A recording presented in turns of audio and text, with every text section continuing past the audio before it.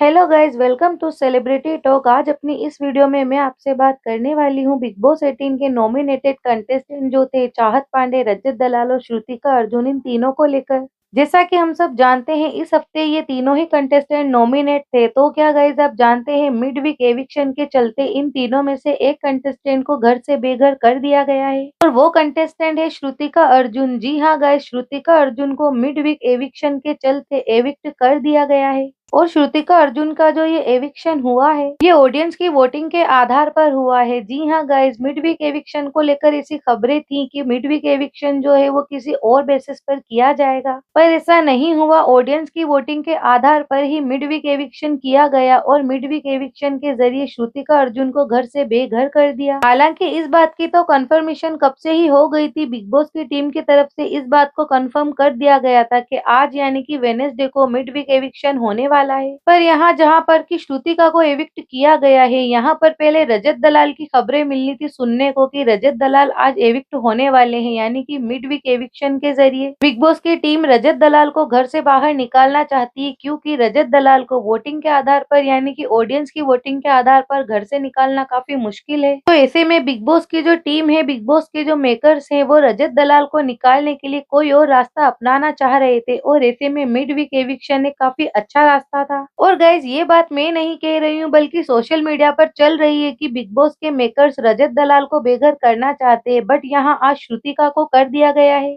और अभी तो इस हफ्ते का एक और एविक्शन बाकी है। जी हाँ गाइस, वीकेंड के वार पर भी एक और एविक्शन होने वाला है। तो उस एविक्शन के अंदर घर से बेघर कौन होता है, या तो चाहत पांडे या फिर रजत दलाल, दोनों में से एक कंटेस्टेंट को इस बार घर से बेघर होना है। और ज्यादातर चांसेस जो है वो चाहत पांडे के हैं, क्योंकि वोटिंग के आधार पर चाहत पांडे जो है वो रजत दलाल से काफी पीछे चल रही है। रजत दलाल को 7,000 से ऊपर वोट मिले हैं अभी तक और चाहत पांडे को सिर्फ 3,000 कुछ वोट ही मिले थे और श्रुतिका अर्जुन को तो चाहत पांडे से भी कम वोट मिले थे। और इसी वजह से वोटिंग के बेसिस के आधार पर ही श्रुतिका अर्जुन को एविक्ट किया गया है। तो अगर वोटिंग के आधार पर यानी कि ऑडियंस की वोटिंग के आधार पर ही अगला एविक्शन भी होगा तो उसके बेसिस पर तो चाहत पांडे एविक्ट होंगी। और अगर मेकर्स रजत दलाल को एविक्ट करना चाहते हैं तो उन्हें कोई और रास्ता अपनाना होगा, या तो घर वालों की वोटिंग या फिर किसी रूल ब्रेक के आधार पर या फिर कोई टास्क वगैरह हारने के आधार पर। बट यहाँ पर ऑडियंस की वोटिंग के हिसाब से तो रजत दलाल एविक्ट